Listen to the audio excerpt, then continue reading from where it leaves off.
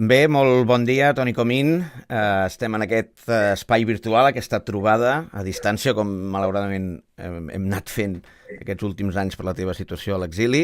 Aquesta trobada és una petició que em fas per tenir un espai on poder-te explicar, sobretot després de totes aquestes informacions, seguit de publicacions, etc sobre la teva figura i el Consell. Jo hi he estat treballant com a cap de comunicació aquests últims 4 anys per la teva confiança i després de que em demanessis aquest favor doncs no et podia dir que no i per tant doncs farem aquesta trobada. Sí, moltes gràcies, Gerard. Primer de tot, agrair-te que hagis acceptat.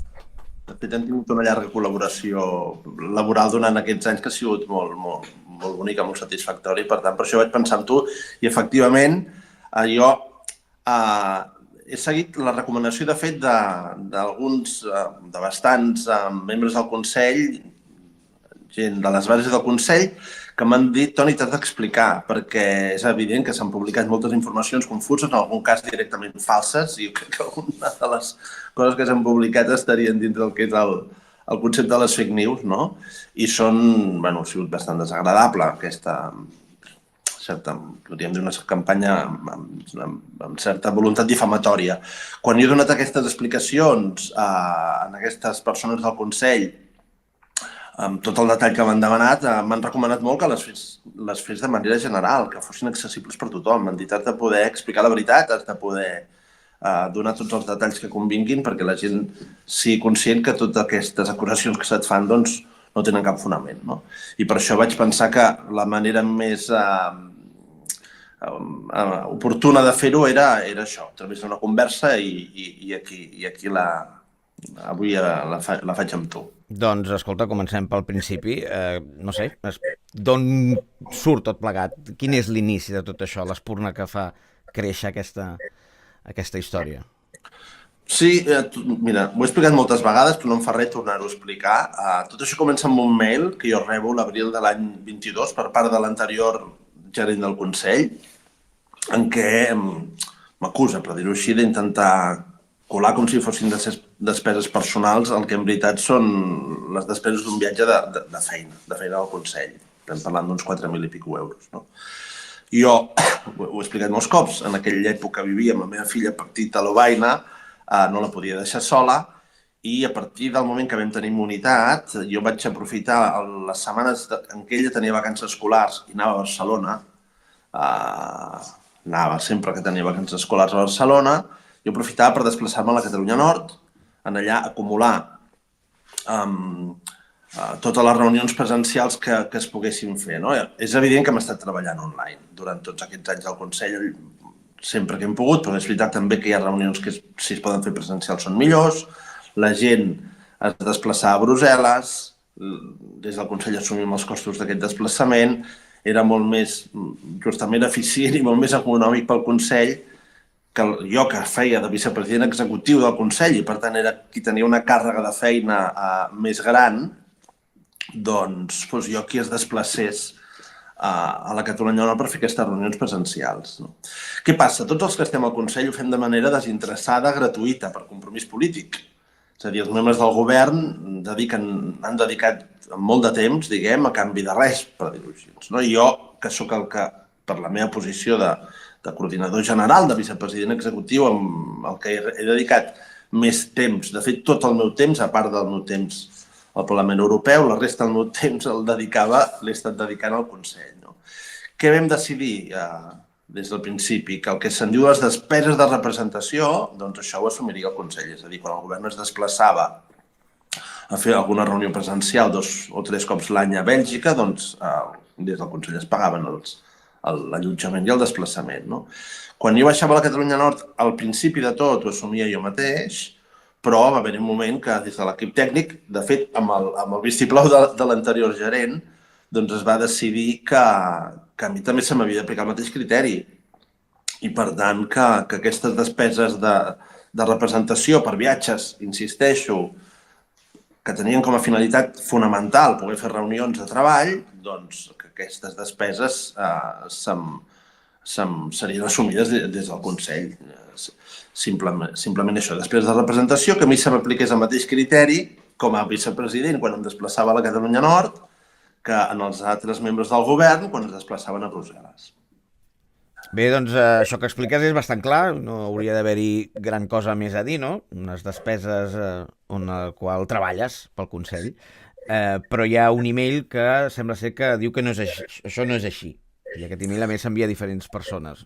Què passa aquí? Sí, tu imagina't una persona amb la que tu treballes normalment presencialment i parles per telèfon, que un bon dia t'envia un mail amb còpia a molta gent on diu que estàs intentant col·locar com si fossin despeses personals, unes vacances familiars, el que són aquestes despeses de representació. Tu tens la família a Barcelona, estàs sol fent reunions, no?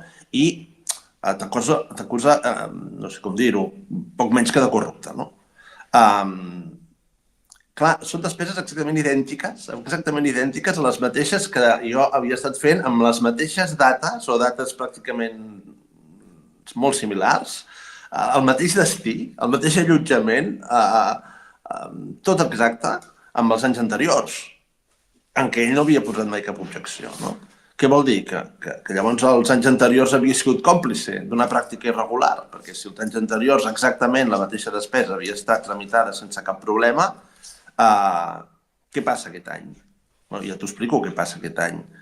Feia un mes que jo li havia hagut de comunicar, o li havia comunicat que no seguiria en la seva funció de gerent del Consell. Feia un mes, diguem, no? I després d'això, tot d'una, després de 3 anys, aquestes despeses passen a ser irregulars. Home, que no cal ser Sherlock Holmes per entendre que hi ha doncs, un ànim de revenja, digue-li com vulguis, un motiu personal, diguem, no? Per fer aquesta falsa denúncia, no? Llavors, aquest email, si no m'equivoco, és de l'abril del 22. O sigui, té bastant de temps, però va sortir a la premsa no fa massa. Hi ha un bon desnivell temporal aquí, no? Sí, justament això és una altra cosa molt indicativa, no? Un mail de l'abril del 22 que s'envia, insisteixo, un mes després o poques setmanes després de comunicar a una persona que no pot continuar amb la seva funció, es filtra el juny del 23, o sigui, al cap de més d'un any. Home, tampoc cal ser Sherlock Holmes per entendre que una filtració d'un mail amb un mitjà digital al cap de més d'un any doncs deu respondre a alguna intenció concreta que no és estrictament informativa, crec jo, no? És a dir, com a mínim hi ha la voluntat de danyar la meva reputació, això sembla que està clar, no? Llavors, aviam si ho entenc bé, no? Acabes de dir que aquesta persona ja no formava part del Consell, però havia de tramitar ell el pagament, que és una de les coses de les que diuen aquest mail, llavors no entenc la situació. Aviam si ho pots aclarir, això. Bueno, sí, de fet aquest mail es fa justament a l'ínterin, entre que se li comunica que ha de marxar, es va pactar que marxaria el juliol i va ser justament en aquest entremig que es va enviar aquest mail quan ella encara estava exercint de gerent, però ja sabia que al cap de 2 o 3 mesos ja marxaria. No, aquí la qüestió és que quan es va crear el Consell es va decidir el que en podríem dir un desdoblament, no? Es va decidir que separaríem el que eren els òrgans polítics del Consell, el govern del Consell, del que era la seva base jurídica. Vam crear una associació a Bèlgica que era necessària per poder fer tota la tasca administrativa, és a dir, contractar els temes laborals, temes financers, etc. No? Llavors, es va decidir desdoblar que les persones que ocupaven els càrrecs de membres del govern, del Consell, fossin persones diferents de les persones que estaven en la junta d'aquesta associació. A Bèlgica en diuen Consell d'Administració. Per què? Doncs per una qüestió de seguretat. Estàvem sent els membres del govern a l'exili, estàvem sent, i el govern del Consell en general estava sent objecte d'una persecució, en alguns casos molt brutal, no? Per part de l'estat espanyol, i per tant posar els diners, diguem, sota la nostra responsabilitat legal directa ens semblava més arriscat. I per això es va decidir que era millor, diguem, que hi hagués unes altres persones que fossin les que estiguessin al capdavant d'aquesta associació, que era al cap i a la fi la que tenia la responsabilitat legal sobre els recursos del Consell, no? I l'anterior gerent doncs, era l'administrador únic d'aquesta associació. O sigui, jo no vaig tenir mai cap control directe legal ni sobre els pagaments, ni sobre els ingressos, ni sobre els comptes corrents, ni sobre les vises, que no sé ni de quin color eren. Tot això era responsabilitat directa de l'anterior gerent, que tenia aquest doble barret de gerent del Consell i administrador únic d'aquesta entitat. Per tant, els pagaments sempre els tramitava ell. Per tant, a veure, seria del gènere idiota, intentar colar de manera regular unes despeses que no toquen quan saps que qui ha de tramitar i fer el pagament d'aquestes despeses és una tercera persona, diguem. No tindria cap sentit. Llavors, per què es va acabar la relació laboral amb aquest gerent? Bueno, no va ser un moment fàcil ni agradable. Jo, la veritat, que si hagués pogut me l'hagués estalviat, però va ser inevitable, no? D'entrada, el gerent havia arribat, em sembla que va ser l'any 2018, jo no el vaig fitxar jo, el vaig triar d'altres persones, però és veritat que venia a fer de gerent del Consell. En aquell moment no hi havia tanta gent que estigués disposada a fer això, no, és a dir, no era fàcil. I, per tant, sí, és una prova de compromís, per dir-ho així, no? Amb el que és l'exili i la seva causa, no? Però jo, en el desdoblament del que parlava abans, jo era l'enllaç, en tant que vicepresident executiu, entre el govern, els òrgans del Consell, pròpiament, elegits democràticament per la seva base d'inscrits, i aquesta associació, i, per tant, d'alguna manera, el responsable directe, jo del gerent, no? Llavors, amb el pas del temps, amb el pas dels anys, es van anar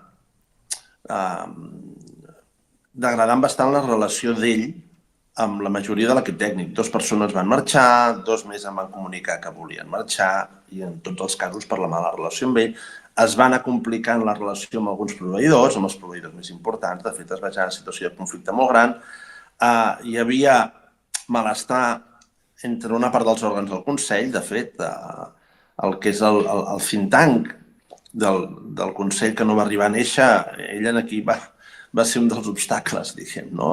Alguns consells locals també m'havien fet arribar la seva disconformitat per les formes d'aquest gerent, etc. Però amb mi sí que sempre havia mantingut una relació molt, molt correcta, diguem, no? Fins que va arribar un moment que va decidir fer-me un pols. A més, va ser un moment, una mica, no sé com qualificar-ho. Jo vaig haver d'absentar-me durant 2 mesos, pràcticament, de les meves tasques al Consell i pràcticament també de la meva feina al Parlament per qüestions de salut de la meva mare. I ell va ser en aquell moment que va començar una mena de pols, que per mi era bastant incomprensible, però que va portar les coses a un punt insostenible, i ja està. I, per tant, quan es trenquen tots els ponts amb els treballadors, amb els proveïdors, amb els òrgans, amb el teu responsable polític, etc., doncs la cosa va arribar a un punt insostenible i, per tant, jo li vaig demanar que s'apartés de la gerència. Li vaig dir que s'havia d'apartar de la gerència, li vam oferir que seguís amb una altra funció. Dins de la pròpia estructura laboral ell va preferir marxar, diguem, no? Però en tot cas el desencadenant de tot això va ser quan se li va dir que ell no podia seguir de gerent. Una decisió, per cert, que comptava amb el coneixement i el consentiment del president i que jo també vaig demanar al govern que ratifiqués a posteriori, però és una decisió que va ser ratificada pel govern. Per tant, jo t'asseguro que jo, si m'hagués pogut estalviar aquesta decisió, me l'hagués estalviat, absolutament, perquè jo sabia que per mi només podia tenir que problemes, com s'ha acabat confirmant, que per mi jo podia rebre. Però per pur sentit de la responsabilitat, era pel Consell, pensant en el bé del Consell, que vam prendre aquesta decisió.